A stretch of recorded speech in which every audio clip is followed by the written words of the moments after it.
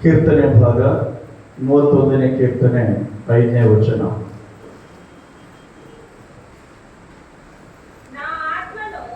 నా ఆత్మను నీ చేతికి అప్పగించుచున్నాను. యెహోవా సత్యదేవా, నన్ను విమోచించువాడవు నీవే. ಕನ್ನಡದಲ್ಲಿ ನೀನೇ ನನಗೆ ಆಧಾರವಲ್ಲವೇ, ನನ್ನ ಆತ್ಮವನ್ನು ನಿನ್ನ ಕೈಗೆ ಒಪ್ಪಿಸಿಕೊಡುತ್ತೇನೆ. ಸಾಕು. ಕರ್ತನಲ್ಲಿ ಪ್ರಿಯರೇ, ಶಿಲುಬೆಯ ಮೇಲೆ ಯೇಸು ಕ್ರಿಸ್ತನು ಮಾತನಾಡ್ತಿರುವಂತಹ ಮಾತು ಯೋಹಾನನು ಬರೆದ ಸುವಾರ್ತೆ 19ನೇ ಅಧ್ಯಾಯ 30ನೇ ವಚನ. ತೀರಿತು ಎಂದು ಹೇಳಿ ಆತ್ಮವನ್ನು ಒಪ್ಪಿಸಿಕೊಟ್ಟನು. 19ನೇ ಅಧ್ಯಾಯ 30ನೇ ವಚನ ನೋಡ್ರಿ.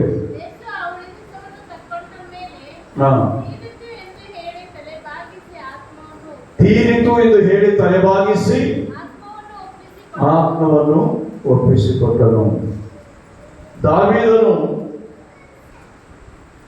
ದೇವರ ಸಮ್ಮುಖದಲ್ಲಿ ಇದು ಶಾಸ್ತ್ರಗಳ ಪ್ರಕಾರ ನೆರವೇರುವಂಥದ್ದು, ಶಾಸ್ತ್ರವನ್ನು ನೆರವೇರಿಸುವಂಥದ್ದು, ದೇವರ ವಾಕ್ಯವನ್ನು ನೆರವೇರಿಸುವಂಥದ್ದು ಅಥವಾ ದೇವರು ಹೇಳಿದ್ದನ್ನು ಮಾಡುವಂಥದ್ದು. ಶಾಸ್ತ್ರದ ಮಾತುಗಳು ನೆರವೇರುವುದಕ್ಕಾಗಿಯೇ ಶಾಸ್ತ್ರದ ಮಾತುಗಳನ್ನೇ ಯೇಸು ಕ್ರಿಸ್ತನು ಶಿಲುಬೆಯಲ್ಲಿ ಕೊನೆಯ ಮಾತುಗಳಿವೆಲ್ಲ ಕೂಡ ಈ 7 ಮಾತುಗಳು. ಈ 7 ಮಾತುಗಳಲ್ಲೂ ಕರ್ತನಾದ ಯೇಸು ಕ್ರಿಸ್ತನು ಮಾತನಾಡುತ್ತಿರುವಾಗ ತೀರಿತು ಅನ್ನುವಂಥ ವಿಷಯ ಮತ್ತು ಒಪ್ಪಿಸುವಂಥ ವಿಷಯ, ಒಪ್ಪಿಸಿರುವಂಥ ಕೆಲಸವನ್ನು ನಂಬಿಗಸ್ತನಾಗಿ ಯಾವುದೇ ಒಂದು ವಿಷಯದಲ್ಲಿ ಒಂದು 0 ಆಗಲೂ ಕೂಡ ಯೇಸು ಕ್ರಿಸ್ತನು ತಪ್ಪಿ ನಡೆದುಕೊಳ್ಳಲಿಲ್ಲ. ಹಲ್ಲೆಲೂಯಾ. ಯಾವುದು ಮಿಸ್ ಮಾಡಿಲ್ಲ. ಎಲ್ಲವೂ ಕೂಡ ಪ್ರತಿಯೊಂದನ್ನ ಅನುಸರಿಸಿ ನೆರವೇರಿಸಿ ಆತ್ಮವನ್ನು ತನಗೆ ಅಂದ್ರೆ ಆತ್ಮವನ್ನು ರಕ್ಷಿಸುವ ತನಗೆ ಆಧಾರವಾಗಿರುವ ತನಗೆ ಒಪ್ಪಿಸಿಕೊಡ್ತಾ ಇದ್ದಾನೆ. ಅದಕ್ಕೆ ದಾವೀದನು ನೀನೇ ನನಗೆ ಆಧಾರವಲ್ಲವೇ, ನೀನೇ ನನಗೆ ಆಧಾರವಲ್ಲವೇ. ಈ ಲೋಕದಲ್ಲಿ ನಮ್ಮೆಲ್ಲರಿಗೆ ಯಾರು ಆಧಾರ? ನಮ್ಮ ಶರೀರವು ಮಣ್ಣಾಗಿ ಹೋಗುತ್ತದೆ, ಅದು ಮಣ್ಣು. ಆತ್ಮಕ್ಕೆ ಆಧಾರವು ಯಾರು? ನಮ್ಮ ಆತ್ಮಗಳಿಗೆ, ನಮ್ಮೆಲ್ಲರ ಆತ್ಮಗಳಿಗೆ ಜವಾಬ್ದಾರಿ ಯಾರು? ನಮ್ಮ ಆತ್ಮಗಳನ್ನು ಜವಾಬ್ದಾರಿಯಿಂದ ಕಾಪಾಡೋರು ಯಾರು? ಯಾವುದಾದ್ರೂ ಒಂದು ವಸ್ತುವನ್ನು ನಾವು ಯಾರಿಗಾದ್ರೂ ಒಪ್ಪಿಸುವುದೇ ಅದು ಬೆಲೆಯುವಂತಂದ್ರೆ ಏನಾಗ್ತದೆ? ಒಂದು ವಿಷಯ ನಾನು ಹೇಳ್ತೇನೆ, ನನ್ನ ನೆನಪು ಬಂದಿದೆ. ನಾವು ಲೋಕದಲ್ಲಿದ್ದಾಗ, ಇನ್ನು ಕ್ರೈಸ್ತನಲ್ಲ ನಾನು, 1992-93ರಲ್ಲಿ ನಮಗೆ ಕುರಿಗಳಿತ್ತು. ನಮ್ಮ ತಂದೆ ಕುರಿಗಳನ್ನು ಮೇಯಿಸ್ತಾ ಇದ್ದ. ನಮ್ಮ ತಂದೆಗೆ ಏನಾದರೂ ಒಂದು ವೇಳೆ ಆರಾಮಿರಲಿಲ್ಲ ಅಂದ್ರೆ ಅವತ್ತು ನಾನು ಹೋಗ್ಬೇಕು. ಇಂಥ ಪರಿಸ್ಥಿತಿಯಲ್ಲಿ ನಮ್ಮ ಕುರಿಗಳನ್ನ ನಾನು ಮೇಯಿಸಕ್ಕೆ ಹೋದಾಗ, ಅಂದ್ರೆ ಕುರಿಗಳನ್ನ ಮೇಯಿಸುವಾಗ ಒಂದು 2-3 ಏನಾಗ್ತೇವೆ, 2-3 ಮಂದೆಗಳು ಒಂದಾಗ್ತೇವೆ. ಒಂದಾಗಿ ಒಂದು ಹಿಂಡಾಗಿ ತೆಗೆದುಕೊಂಡು ಹೋಗ್ತೇವೆ. ಗುಡ್ಡ ಕಾಡುಗಳಲ್ಲಿ ಹೋದಾಗ ಇನ್ನೊಂದು ಮಂದೆ, ಇನ್ನೊಂದು 3 ಬಂದಿರ್ತಾರೆ, ಅಲ್ಲೊಂದು ಇನ್ನೊಂದು ಗುಂಪು. ಆ ಗುಂಪಿನಲ್ಲಿ ಇರುವಂತ ಒಂದು ಕುರಿ ನಮ್ಮ ಗುಂಪಿಗೆ ಬಂದ್ಬಿಡ್ತಾರೆ. ನಮ್ಮ ಗುಂಪಿಗೆ ಬಂದಾಗ ಅದು ಏನಂದ್ರೆ ಅದು ದೇವ್ರಿಗೆ ಬಿಟ್ಟಿದ್ದು. ಯಾವ ದೇವರಿಂದ ಈ ಅಮ್ಮನಿಗೆ ಬಿಟ್ಟಿದ್ದೆ, ಅದು ನಮ್ಮೊಳಗೆ ಬಂತು. ನನಗಿಂತ ಸೀನಿಯರ್ ಇದ್ದ ಒಬ್ಬ ಕುರಿ ಕಾಯ್ತ. ಅದು ನಮ್ಮ ಕುರಿ ಮುಂದೆ ಇದೆ. ಆತ ಇನ್ನು ಮದುವೆ ಇಲ್ಲ, ಅವಾಗ 92ರಲ್ಲಿ. ಆತ ಮತ್ತೆ ಮರುದಿನ ಕೂಡ ನನ್ನಲ್ಲೇ ಇತ್ತು. ಆತ ಬಿಟ್ಟೋದಾತ ನಿಮ್ಮ ಹತ್ರ ಬಂದಿದ್ದಾಗ ಸ್ವಲ್ಪ ಜೋಪಾನ ಮಾಡಿಕೊಡ್ರಿ ಅಂತ ಹೇಳ್ದ. ಸರಿ ಬಿಡ್ರಿ ಅಂತ ನಾನಂದೆ. ಆದ್ರೆ ನಮಗಿಂತ ಸೀನಿಯರ್ ಏನಂತ ಕಡೆಗೆ ಬರ್ತಾನೆ, ಅದನ್ನ ಕೊಟ್ಬಿಡೋಣ ಅಂತ ಅಂದ್ಬಿಟ್ಟ. ಸರ್ ಅದು ಅದು ದೇವ್ರಿಗೆ ಕೊಟ್ಟಿದ್ದಂತೆ, ಅದನ್ನು ಮಾಡ್ಕೊಂಡ್ರೆ ನಮಗೆ ಬೇಸರ ಚೆನ್ನಾಗಿರೋದು. ಯಾವ ದೇವ್ರು ಬಿಡಂತಂದ ಕಟಗನ ಕಲಿಸಿದ ಮಾರಿಬಿಟ್ಟೆ 800 ರೂಪಾಯಿಗೆ. ಒಂದು 3 ದಿನ ಆದ್ಮೇಲೆ ಆತ ನಿಮ್ಮ ಮಂದಿಗೆ ಬಂದಿತ್ತಲ್ಲಪ್ಪ ನನ್ನ ಕುರಿ, ಅದನ್ನ ನನಗೆ ಒಪ್ಪಿಸಂದ್ರೆ ಅವತ್ತ ಬಂದೈತೆ ಎಲ್ಲಿ ಬಂದೈತೆ ಅಂತ ಅಂದ್ಬಿಟ್ಬಿಟ್ಟ. ಪಾಪ ಅದ ಬೆಲೆ, ಅದರ ತನ್ನ ವಸ್ತುವು, ಆ ವಸ್ತುವಿನ ಬೆಲೆ ಆತನಿಗೆ ಗೊತ್ತು. ಆ ರೀತಿಯಾಗಿ ಈ ಆತ್ಮಗಳು, ನಮ್ಮ ಆತ್ಮಗಳೆಲ್ಲ ಕೂಡ ಯೇಸು ಕ್ರಿಸ್ತನ ವಶದಲ್ಲಿವೆ. ಆತನು ಕಳ್ಳನಲ್ಲ. ಹಲ್ಲೆಲೂಯಾ.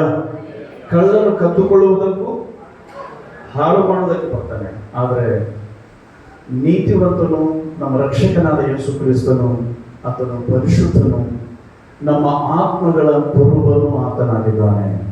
ಹಲ್ಲೆಲೂಯಾ. ಅದಕ್ಕಾಗಿ ನೀನೇ ನನಗೆ ಆಧಾರವಲ್ಲವೇ, ದಾವೀದನು ಹೇಳ್ತಿರುವಂತ ಮಾತು, ನೀನೇ ನನಗೆ ಆಧಾರವಲ್ಲವೇ, ನನ್ನನ್ನು ಕಾಪಾಡುವವನು ನೀನಲ್ಲವೇ, ನನ್ನ ಒಳ್ಳೆಯ ಕುರುಬನು ನೀನಲ್ಲವೇ, ನನ್ನನ್ನು ಸಂರಕ್ಷಿಸುವವನು ನೀನಲ್ಲವೇ, ನನಗೆ ನಿತ್ಯ ಜೀವವನ್ನು ಕೊಡುವವನು ಸಹ ನೀನಲ್ಲವೇ. ಹಲ್ಲೆಲೂಯಾ. ಈ ದಿನ ಸ್ಟೆಫೆನನು ಕಲ್ಲಿನಿಂದ ಸಾಯಿಸಲ್ಪಡುತ್ತಿರುವಾಗ ಆತನು ಕೂಡ ಈ ಪಾಪವನ್ನು ಅವರ ಮೇಲೆ ಹೋಲಿಸದೆ, ತಂದೆಯೇ ಅವರಿಗೆ ಕ್ಷಮಿಸು, ನನ್ನ ಆತ್ಮವನ್ನು ನಿನಗೆ ಒಪ್ಪಿಸಿಕೊಡ್ತೇನೆ. ಆಮೇಲೆ ಹಲ್ಲೆಲೂಯಾ, ನನ್ನ ಆತ್ಮವನ್ನು ನಿನಗೆ ಒಪ್ಪಿಸ್ತೇನೆ. ನಮ್ಮ ಆತ್ಮವನ್ನು ಯಾರಿಗೆ ಒಪ್ಪಿಸಿದರೆ ಅದನ್ನ ಕಾಳಜಿ ಮಾಡ್ತಾರೆ ಅನ್ನುವಂಥ ಜ್ಞಾನ ನಮ್ಮಲ್ಲಿ ಇರಬೇಕು. ಇವತ್ತು ಒಬ್ಬನು ಸರ್ವ ಪ್ರಪಂಚವನ್ನು ಸಂಪಾದನೆ ಮಾಡಿಕೊಂಡು ತನ್ನ ಆತ್ಮವನ್ನು ನಷ್ಟಪಡಿಸಿಕೊಂಡ್ರೆ ಅವನಿಗೇನು ಪ್ರಯೋಜನ? ನಿನ್ನ ಆತ್ಮದ ವಿಷಯದಲ್ಲಿ ನಿನಗೆ ಕಾಳಜಿ ಇರಬೇಕು. ಶರೀರದ ವಿಷಯದಲ್ಲಿ ಎಷ್ಟು ಕಾಳಜಿ ಇದೆಯೋ 100ರಷ್ಟು ಹೆಚ್ಚು ನಿನ್ನ ಆತ್ಮದ ವಿಷಯದಲ್ಲಿ ನಿನಗೆ ಕಾಳಜಿ ಇರಬೇಕು. ಶರೀರವನ್ನು ಪೋಷಣೆ ಮಾಡಿಕೊಳ್ಳುವುದಲ್ಲ, ಶರೀರವನ್ನು ಸಂರಕ್ಷಣೆ ಮಾಡಿಕೊಳ್ಳುವುದಲ್ಲ, ಶರೀರವನ್ನು ಸುಖವಾಗಿ ಇಟ್ಕೊಳ್ಳುವುದಲ್ಲ, ಶರೀರಕ್ಕೆ ಸುಖ ಕೊಡುವುದಲ್ಲ, ಆತ್ಮಕ್ಕೆ ಸುಖ ಕೊಡುವುದನ್ನು ಕಲಿಯಬೇಕು. ಹಲ್ಲೆಲೂಯಾ. ಅದಕ್ಕೆ ದೇವರು ಕೀರ್ತನಕಾರನ ಮುಖಾಂತರ ನಿನ್ನ ಸನ್ನಿಧಿಯಲ್ಲಿ ಪರಿಪೂರ್ಣ ಸಂತೋಷವಿದೆ. ಎಲ್ಲಿ? ಯಾರ ಸನ್ನಿಧಿಯಲ್ಲಿ? ದೇವರ ಸನ್ನಿಧಿಯಲ್ಲಿ. ಅದಕ್ಕೆ ಕಳ್ಳನಿಗೆ ಮಾತನಾಡಿದ ದೇವರು, ಈ ಹೊತ್ತೆ ನೀನು ನನ್ನ ಸಂಗಡ ನನ್ನ ಪ್ರಸನ್ನತೆಯಲ್ಲಿ, ನನ್ನ ಸನ್ನಿಧಿಯಲ್ಲಿ, ನಾನು ಸಿದ್ಧಪಡಿಸಿದ ಸ್ಥಳದಲ್ಲಿ ಇರುವಿ. ಹಲ್ಲೆಲೂಯಾ. ಮೊದಲನೇ ಕಳ್ಳನು ಏನ್ ಹೇಳ್ತಾನೆ? ನೀನು ಬರಬೇಕಾದ ಕ್ರಿಸ್ತನಲ್ಲವೋ ಅಂತ ಹೇಳ್ತಾನೆ. ಇದು ರೈಟ್, ಈ ಮಾತು ರೈಟ್, ನಿಜ. ಯೇಸು ಕ್ರಿಸ್ತನ್ ಬರಬೇಕಾದ ಕ್ರಿಸ್ತನೇ, ನಿಜ. ಆದ್ರೆ ಅಲ್ಲಿ ಇರುವಂತದ್ದು ಏನಂದ್ರೆ, ಅವನು ಕೂಡ ಹೇಳ್ಬೇಕಿತ್ತು, ನೀನು ನಿನ್ನ ರಾಜ್ಯವನ್ನು ಪಡೆದುಕೊಂಡು ಬರುವಾಗ ನನ್ನನ್ನು ಕೂಡ ನೆನಪು ಮಾಡ್ಕೋ ಅನ್ನಬೇಕಾಗಿತ್ತು ಅವನು. ನೀನು ಬರಬೇಕಾದ ಕ್ರಿಸ್ತನಲ್ಲವೋ, ನೀನು ಬರುವಾಗ ನನ್ನನ್ನು ಕೂಡ ನೆನಪು ಮಾಡ್ಕೋ ಅನ್ಬೇಕಿತ್ತು ಅವನು. ಆದ್ರೆ ಅವನೇನಂತಾನಂದ್ರೆ, ನೀನು ಪ್ರಾಣ ಕೊಡೋದಕ್ಕಿಂತ ಮುಂಚೆನೆ, ಪ್ರಾಣ ಕೊಟ್ಟ ಮೇಲೆ, ಎರಡನೇ ಕಾರಣ ಏನ್ ಹೇಳ್ತಾನೆ? ಪ್ರಾಣ ಕೊಟ್ಟ ಮೇಲೆ ನಿನ್ನ ರಾಜ್ಯವನ್ನು ಪಡೆದುಕೊಂಡು ಬರುವಾಗ. ಮೊದಲನೇ ಕಾರಣ ಹೇಳ್ತಾನೆ, ನೀನು ಪ್ರಾಣವನ್ನು ಕೊಡುವುದಕ್ಕಿಂತ ಮುಂಚೆನೆ. ಪ್ರಾಣವನ್ನು ಯೇಸು ಕ್ರಿಸ್ತನು ಸಂಪೂರ್ಣವಾಗಿ ಕೊಡದೇ ಇದ್ದರೆ ಪಾಪಕ್ಕೆ ಪ್ರಾಯಶ್ಚಿತ್ತ ಉಂಟಾಗುವುದಿಲ್ಲ. ಪಾಪದ ಪ್ರಾಯಶ್ಚಿತ್ತಕ್ಕೂ ಮುಂಚೆನೆ ನನಗೆ ರಕ್ಷಣೆ ಕೊಡೋದ್ರೆ ನಿನ್ನ ಆತ್ಮಕ್ಕೆ ರಕ್ಷಣೆ ಆಗುವುದಿಲ್ಲ. ನಿನ್ನ ಆತ್ಮ ರಕ್ಷಿಸಲ್ಪಡಬೇಕು ಅಂದ್ರೆ ಮೊದಲು ನಿನ್ನ ಆತ್ಮದ ಕಲ್ಮಶವು, ನಿನ್ನ ಹೃದಯದ ಕಲ್ಮಶವು, ನಿನ್ನ ಪಾಪ ಶಾಪ ತಲಾಂತರಗಳಿಂದ ನೀನು ಹೊತ್ತುಕೊಂಡಿರುವಂತ ಆ ಭಾರವು ಮೊದಲು ಆ ರಕ್ತದ ಮೂಲಕ ಪರಿಹಾರವಾಗಬೇಕು. ಹಲ್ಲೆಲೂಯಾ. ಅದನ್ನು ತಿಳಿಯದೆ ನಿನ್ನನ್ನು ನೀನು ರಕ್ಷಿಸುವ, ನನ್ನನ್ನು ರಕ್ಷಿಸುವ ಎಂದು ಕೇಳ್ಕೊತಾನೆ. ಇದು ಅವನು ಮಾಡಿರುವಂತ ಮಿಸ್ಟೇಕ್. ಆದರೆ ಎರಡನೇವನು ಎಲ್ಲ ಗಮನಿಸಿ ಹೇಳ್ತಾನೆ, ಏನು? ನಿನ್ನ ರಾಜ್ಯವನ್ನು ಪಡೆದುಕೊಂಡು ಬರುವಾಗ ನನ್ನನ್ನು ನೆನೆಸಿಕೊ. ಅಲ್ಲಿ ತನಕ ಯಾಕಪ್ಪ, ಈಗಲೇ ನಾನು ಪರದೇಶ ಕೊಟ್ಟಿದ್ದೀನಿ, ನನ್ನಿಂದನೇ ನೀನು ಬರ್ತೀನಿ, ನನ್ನೊಡನೆ ನೀನು ಬರ್ತೀನಿ. ಹಲ್ಲೆಲೂಯಾ. ನಾನು ನಿನ್ನನ್ನು ಬಿಟ್ಟು ಹೋಗಲ್ಲ. ಯಾಕಂದ್ರೆ ನೀನು ಬಯಸಿದೀಯ ರಾಜ್ಯವನ್ನು, ಬಯಸಿದವನಿಗೆ ಆ ರಾಜ್ಯವನ್ನು ನಾನು ಕೊಡುತ್ತೇನೆ. ಹಲ್ಲೆಲೂಯಾ. ಈ ರೀತಿಯಾಗಿ ಇದರಲ್ಲಿ ಸೇರಿ ಬಂದಿರುವಂತ ನಾವೆಲ್ಲರೂ ಕೂಡ ಬೆಳಗ್ಗೆ 11 ಗಂಟೆಯಿಂದ ಇಲ್ಲಿ ಈ ಟೈಮ್ವರೆಗೆ ಸಮಯವನ್ನು ಕಳೆದಿರುವಂತ ನಾವು, ಈ ಧ್ಯಾನಗಳು 40 ದಿನಗಳ ಧ್ಯಾನಗಳು ನಮ್ಮ ಆತ್ಮ ಪ್ರಯೋಜನಕರವಾಗಿರಬೇಕು, ನಮ್ಮ ಆತ್ಮಕ್ಕೆ ಪ್ರಯೋಜನಕರವಾಗಿರಬೇಕು. ಈ ದಿನ ಒಂದು ವಾಕ್ಯ ನಾನು ನಿಮಗೆ ನೆನಪು ಮಾಡುತ್ತೇನೆ. ಆದಿಕಾಂಡ ಪುಸ್ತಕ 49ನೇ ಅಧ್ಯಾಯ. ನಾವು ನಮಗೇನೋ ಯಾವಾಗ ಸಲ ನೆನಪು ಮಾಡಿಕೊಂಡಿದ್ದೆವು. 49ನೇ ಅಧ್ಯಾಯ ಕೊನೆ ವಚನ.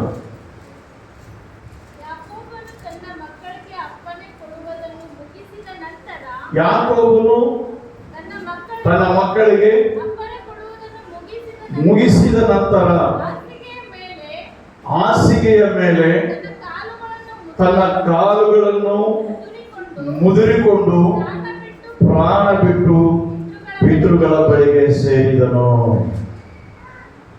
ಕಾಲುಗಳನ್ನು ಮುಡಿಸಿಕೊಂಡು, ತೆಲುಗು మాట యాకోబు తన కుమారులకు ఆజ్ఞాపించుట చాలించి మంచము మీద తన కాలు ముడుచుకొని ప్రాణం విడిచి తన పితరుల యొద్దకు చేర్చబడను. పితరుల యొద్దకు చేర్చబడను. ಈ ದಿನ ನಾವೆಲ್ಲರೂ ಕೂಡ ನಮ್ಮ ಪಿತೃ ಯಾರಾದ್ರೂ ಯೇಸು ಕ್ರಿಸ್ತನೇ ನಮ್ಮ ತಂದೆ, ಆತನೇ ನಮ್ಮ ತಂದೆ. ನಾವು ಪ್ರಾಣ ಬಿಡುವಾಗ ನಾವು ಕೂಡ ನಮ್ಮ ಕೈಕಾಲುಗಳನ್ನೆಲ್ಲವನ್ನು ಸರಿಪಡಿಸಿಕೊಂಡು ಶುದ್ಧರಾಗಿ, ಅಪ್ಪ ನಮ್ಮ ಆತ್ಮಗಳ ಕುರುಬನಾಗಿರುವ ನಮ್ಮ ತಂದೆಯೇ, ನನ್ನ ಆತ್ಮ ನಿನ್ನ ಕೈಗೆ ಒಪ್ಪಿಸ್ತೇನೆ ಎನ್ಬೇಕು. ಹಲ್ಲೆಲೂಯಾ. ಇಲ್ಲಿ ಸೇರಿ ಬಂದಿರುವ ನಾವೆಲ್ಲರೂ ಕೂಡ ನಮ್ಮ ಆತ್ಮಗಳನ್ನು ದೇವರಿಗೆ ಒಪ್ಪಿಸಬೇಕು. ಯೇಸು ಕ್ರಿಸ್ತನು ಇದನ್ನು ಉಳಿಸಲು ತೆಗೆದುಕೊಂಡ ಮೇಲೆ ಎಲ್ಲ ತೀರಿತು ಎಂದು ಹೇಳಿ ಮಾಡಬೇಕಾದ ಕೆಲಸವೆಲ್ಲ ಕೂಡ ಮಾಡಿ ತನ್ನ ಜವಾಬ್ದಾರಿ ಎಲ್ಲ ನೆರವೇರಿಸಿ, ಈಗ ಆತನು ಈ ಒಂದು ಕಾರ್ಯದಲ್ಲಿ 7 ಮಾತುಗಳಲ್ಲಿ ಶಿಲುಬೆಯ ತ್ಯಾಗದಲ್ಲಿ ಸರ್ವ ಪ್ರಪಂಚವನ್ನು ಆತನು ಗೆದ್ದುಕೊಂಡಿದ್ದಾನೆ. ಹಲ್ಲೆಲೂಯಾ. ಸರ್ವ ಪ್ರಪಂಚದ ಜನರ ಪ್ರೀತಿಯನ್ನು ಸಂಪಾದನೆ ಮಾಡಿಕೊಂಡಿದ್ದಾನೆ. ಅನ್ಯರು ಮೊದಲುಗೊಂಡು ಸಕಲ ಕುಲ ಗೋತ್ರಗಳವರು ಎಲ್ಲರೂ ಹೇಳ್ತಾರೆ, ಆತನು ದೊಡ್ಡ ದೇವರು, ಆತನು ಉನ್ನತ ದೇವರು. ನಿಜ, ಆತನು ಉನ್ನತ ದೇವರು. ಆದರೆ ಆತನ ಕಡೆಗೆ ಬರಬೇಕು. ಆ ಒಂದು ಶಿಲುಬೆಯ ತ್ಯಾಗದ ಮೂಲಕ ಪ್ರಪಂಚದಲ್ಲಿ ಕೋಟ್ಯಾಂಗಟ್ಟಲೆ, ಈಗ ಪ್ರಪಂಚದಲ್ಲಿ ಹೈಯೆಸ್ಟ್ ಜನ ರಿಲಿಜನ್ ಯಾವುದಿದೆ ಅಂದ್ರೆ ಅದು ಕ್ರಿಶ್ಚಿಯನ್. 75% 800 ಕೋಟಿ ಜನ, 800 ಕೋಟಿ ಜನರಲ್ಲಿ ಒಂದು ನಮ್ಮ ಭಾರತ ದೇಶದಲ್ಲಿ ಈಗಾಗಲೇ ಸುಮಾರು ಎಣಿಸಲ್ಪಟ್ಟವರು ಮಾತ್ರ 2% ಇದ್ದಾರೆ. ಎಲ್ಲರೂ ಎಣಿಸಿದರೆ ಸುಮಾರು ಒಂದು 20 ಕೋಟಿ ಕಂಪಲ್ಸರಿ ಇರ್ತಾರೆ ನಮ್ಮ ಭಾರತ ದೇಶದಲ್ಲೇ. ಅಂದ್ರೆ 140 ಕೋಟಿಯಲ್ಲಿ 120, ಚೈನಾ ದೇಶದಲ್ಲಿ ಒಂದು 120. ಲೇಖನಗಳ ಅಂದ್ರೆ ಸರ್ಚ್ ಪ್ರಕಾರ 2030 ಚೈನಾ ದೇಶದವರು ಅವರು 140 ಕೋಟಿ, ಆದರೆ ಅದರಲ್ಲಿ ಸುಮಾರು 70% ಕ್ರೈಸ್ತರಾಗಿರ್ತಾರೆ. ಅಷ್ಟು ವೇಗವಾಗಿ ಸುವಾರ್ತೆಯಲ್ಲಿ ಹೋಗ್ತಾ ಇದೆ. ಅಂದ್ರೆ ಅಷ್ಟು ವೇಗವಾಗಿ ನಮ್ಮ ಭಾರತ ದೇಶದಲ್ಲಾಗಲಿ, ಚೈನಾ ದೇಶದಲ್ಲಾಗಲಿ, ಪ್ರಪಂಚದ ಎಲ್ಲಾ ಜಾತಿ ಜನರು ಪಾಪಗಳಾದವರೆಲ್ಲರೂ ಕೂಡ ದೇವರ ಕಡೆಗೆ ತಿಳಿದುಕೊಳ್ತಾರೆ. ಹಲ್ಲೆಲೂಯಾ. ತಮ್ಮ ಆತ್ಮಗಳನ್ನು ದೇವರಿಗೆ ಒಪ್ಪಿಸುವುದಕ್ಕಾಗಿ ಈ ದಿನ ನಮ್ಮ ಆತ್ಮಗಳನ್ನು ಕೂಡ ನಾವು ದೇವರಿಗೆ ಒಪ್ಪಿಸುವಂತದ್ದನ್ನ ಕಲಿಬೇಕು. ನಾವು ನನ್ನ ಆಯುಷ್ಕಾಲ ಮುಗಿತಾ ಇದೆ, ನಾನು ದೇವರ ಬಳಿಗೆ ಹೋಗ್ತಾ ಇದ್ದೇನೆ ಅಂತ ಹೇಳ್ಬೇಕು. ಆ ಒಂದು ದೃಢ ನಿಶ್ಚಯ ಖಚಿತ ನಮ್ಮಲ್ಲಿರಬೇಕು.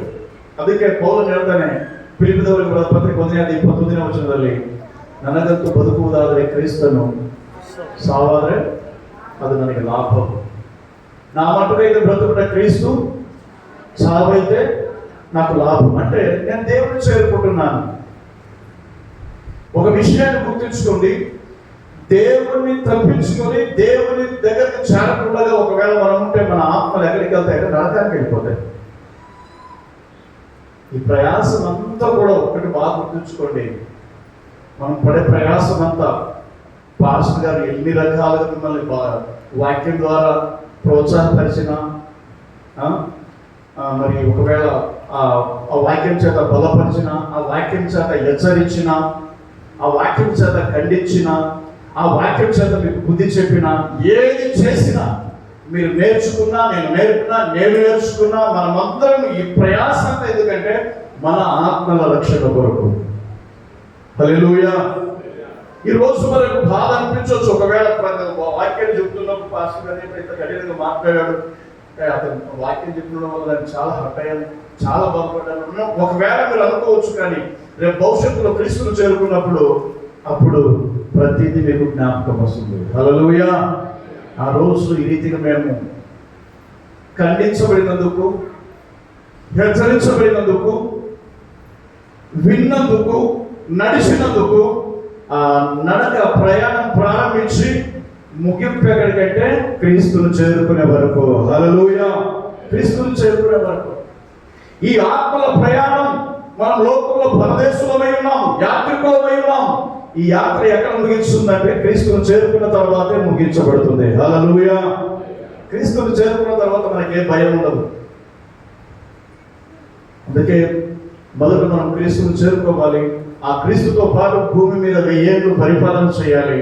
1000 ఏళ్ళ పరిపాలన భూమి మీద అయిపోయిన తర్వాత మళ్ళీ యుగ యుగములు పరలోకములు మనం దేవుని దూతల వలె ఉంటాము. హల్లెలూయా. దేవుని దూతల వలె ఉంటే దేవుని నిత్యము సేవిస్తూ ఆరాధిస్తూ ఉంటాము. కనుక ఈరోజు నీ ఆత్మను దేవునికి అప్పగించుకునే స్థితిలోకి నీవు ఆ అనుభవంలోనికి ఎదగాలి. ఆ నిశ్చితం, ఆ ఖచ్చితం, ఆ నిశ్చితము, ఆ ఖచ్చితము, ఆ ದೃಢತ್ವವು ನಮ್ಮಲ್ಲಿರಬೇಕು.